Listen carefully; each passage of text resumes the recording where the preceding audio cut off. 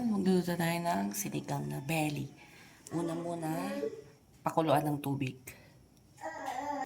Ayan, kapag kumukulo na, ay ilagay ang sibuyas at luya. Yung luya, para sa pagtanggal ng lansa. Pagkatapos ay ilagay din na ang kamatis para maluto na. Lumabas yung lasa. So, pakuluan ulit natin ng mga 3 minutes hanggang 5 minutes para maluto yung kamatis. Mom, it's sunny day. Ayan, kumukulo na after 3 to 5 minutes. Tingnan nyo kung luto na yung kamatis. Kasi isa siya sa magpapalasa ng ating sinigang.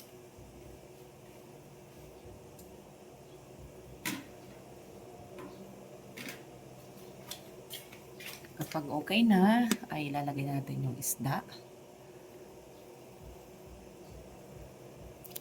Ito yung salmon belly.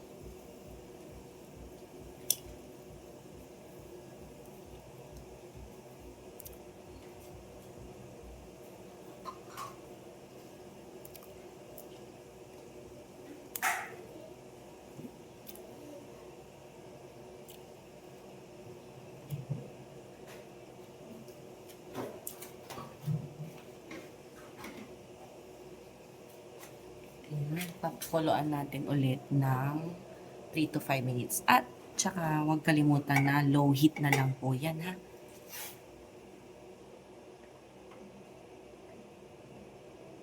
Para hindi madurog kaagad yung lechon belly, sorry.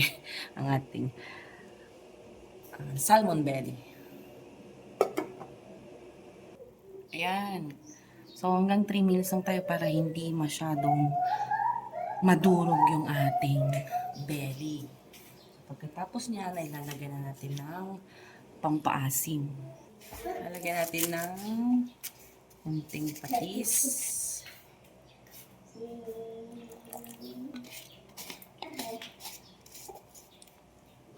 Tapos sinigang.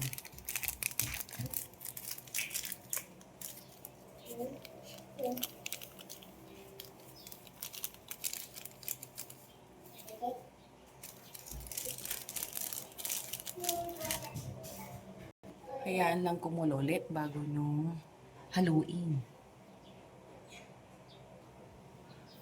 Yan, kumukulo na. Haluin natin, pero konti-konti lang para hindi madurog nga yung belly.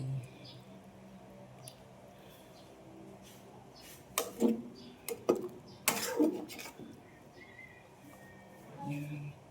Tapos tikman nyo na. Pwede nyo lagyan ng konting paminta.